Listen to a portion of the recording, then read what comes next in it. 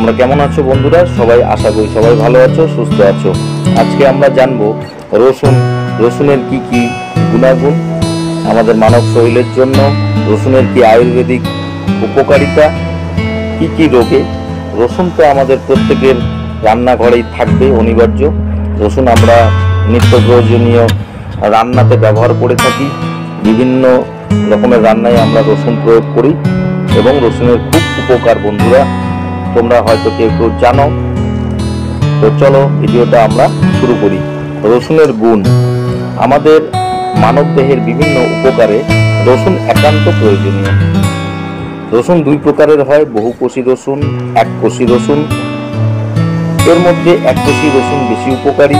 রসুনে আছে vitamin A, B, C, D, calcium, phosphorus, iron, iodine এবং উগ্র শক্তির জীবাণুনাশক 6টি শক্তি।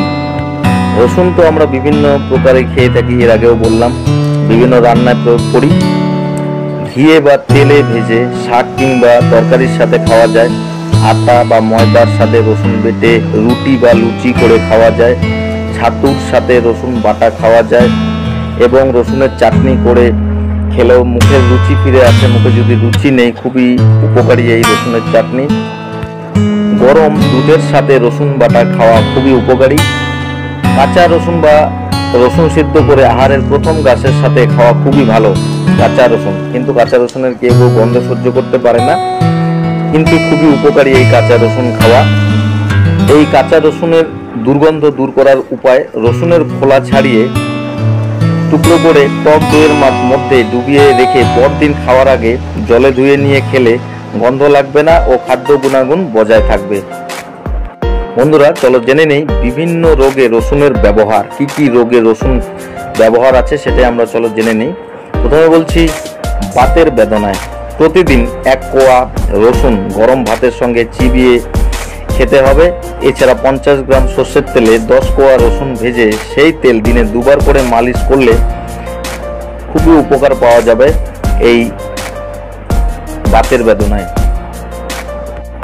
আর্টিওস্ক্লেরোসিস, বয়স বাড়ার সঙ্গে সূক্ষ্ম ধমনীর স্থাপকতা কমে যাওয়ার জন্য রক্তের চাপ ও প্রেসারের বৃদ্ধি পায়। এই অবস্থায় রোজ 1 কোয়া করে রসুন যে কোনো খাবারের সঙ্গে চিবিয়ে খেলে উপকার পাওয়া যায়।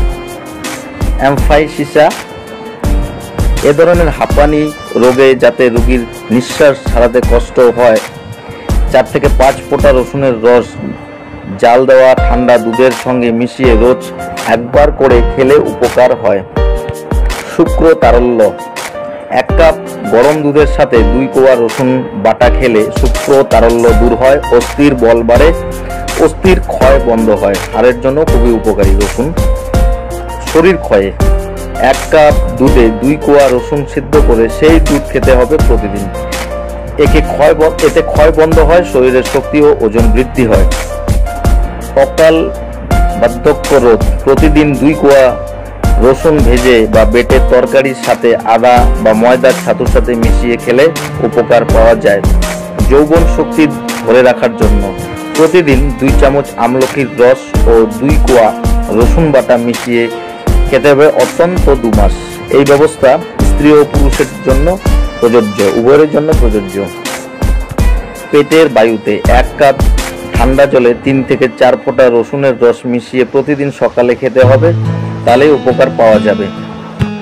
পুরনো ঘা বা ক্ষতে 2 থেকে 3 কোয়া রসুন বেটে ক্ষতে লাগাতে হবে পরপর কয়েকদিন।